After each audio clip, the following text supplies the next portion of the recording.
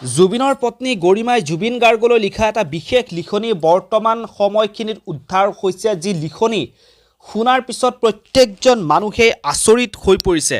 সকলো মানুহেই যিসকলে গৰিমা শইকীয়া গাৰ্গে জুবিন গাৰ্গলৈ লিখা লিখনিটো শুনিছে, তেওঁলোক প্ৰত্যেকজন ব্যক্তিয়ে কিন্তু বৰ্তমান সময়ত চকুলো টুকিবলৈ বাধ্য হৈ পৰিছে। কি আছে সেই বিশেষ লিখনিটোত? হয়তো আপোনালোকে বহুতেই জুবিনৰ পত্নী গৰিমা শইকীয়া গাৰ্গৰ সেই লিখনিটো শুনিছে, যি লিখনি ইতিমধ্যে সামাজিক মাধ্যমত এক তোলপাৰ সৃষ্টি কৰিছে।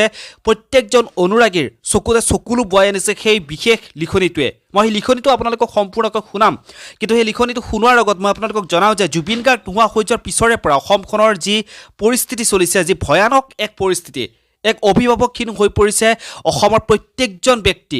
গতিকে এই সময়খিনিত গৰিমা শইকীয়া গাৰ্গে কেনেকুৱা অনুভৱ কৰিছে যে অকলশৰে থাকিব লগা হৈছে, কাৰণ জুবিন গাৰ্গৰ লগত প্ৰতিটো সময়তে গৰিমা শইকীয়া গাৰ্গে ছাৰ দৰে আছিল। প্ৰত্যেকটো সময়তে জুবিন গাৰ্গৰ লগত আছিল, আৰু জুবিন গাৰ্গ নোহোৱা হোৱাৰ পিছৰে পৰা যে অকলশৰে প্ৰত্যেকটো মিনিট প্ৰত্যেকটো ছেকেণ্ড গৰিমা শইকীয়া গাৰ্গে কটাব লগা হৈছে, তাৰ গোটেই মনৰ ভাৱখিনি এই লিখনিটোত বৰ্তমান সময়খিনিত ফুটাই তোলা হৈছে। আৰু এই লিখনিটো শুনাৰ পিছত জুবিন গাৰ্গৰ প্ৰত্যেকজন অনুৰাগীয়ে কিন্তু কান্দি উঠিছে। আচলতে জুবিন গাৰ্গ নোহোৱা হৈ যোৱাৰে পৰা প্ৰত্যেকজন অনুৰাগীয়ে শোকত তেওঁলোকে চকুলোৰে বাট নেদেখা হৈ পৰিছে। তাৰ লগতে তেওঁ যিহেতু জুবিন গাৰ্গৰ সহধৰ্মিনী গৰিমা শইকীয়া গাৰ্গে প্ৰত্যেকটো সময়তে এজন কেঁচুৱাৰ দৰে, এটা শিশুৰ দৰে জুবিন গাৰ্গক মৰম কৰিছিল। যিহেতু সকলোৱে জানে যে জুবিন গাৰ্গৰ শিশুসুলভ কিছু স্বভাৱ আছিল, যি স্বভাৱৰ কাৰণে মাজে মাজে জুবিন গাৰ্গক কিছু সংখ্যক মানুহে কিন্তু জুবিন গাৰ্গ যিখিনি সময়ত কায়িকভাৱে আমাৰ মাজত আছিল, সেইখিনি সময়ত জুবিন গাৰ্গক মানুহে বেয়াও পাইছিল।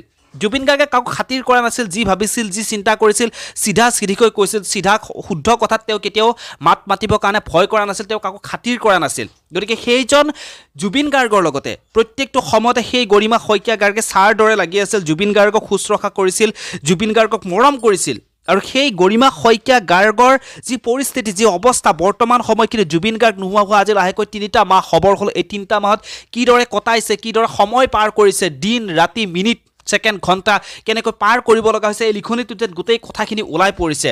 মই লিখনিটোত আপোনালোকক শুনাই আছোঁ। লিখনিটোত লিখিছে গৰিমা শইকীয়া গাৰ্গে, তোমাৰ কলিজাত দাগ লাগিব নিদিবা, তাত লুকাই আছে মোৰ অনন্তকালৰ শব্দহীন স্পন্দন।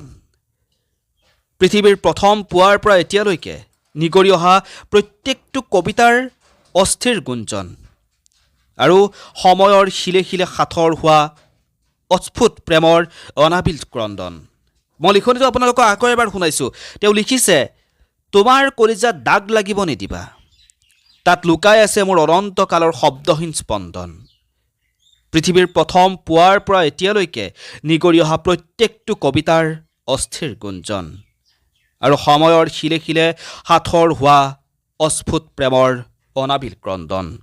এনেদৰে এটা বিশেষ লিখনি সামাজিক মাধ্যমত লিখিছে বৰ্তমান সময়ত গৰিমা শইকীয়া গাৰ্গে, যি লিখনিয়ে বৰ্তমান কিন্তু সামাজিক মাধ্যমত তোলপাৰ সৃষ্টি কৰিছে, জুবিন গাৰ্গৰ প্ৰত্যেকজন অনুৰাগীকে আৱেগিক কৰি তুলিছে বৰ্তমান সময়খিনিত। এই ভিডিঅ'টোৰ পৰা ইমানতে বিদায় লওঁ, পুনৰ লগ পাম এনেধৰণৰ কিছু নতুন নতুন খবৰে। ধন্যবাদ।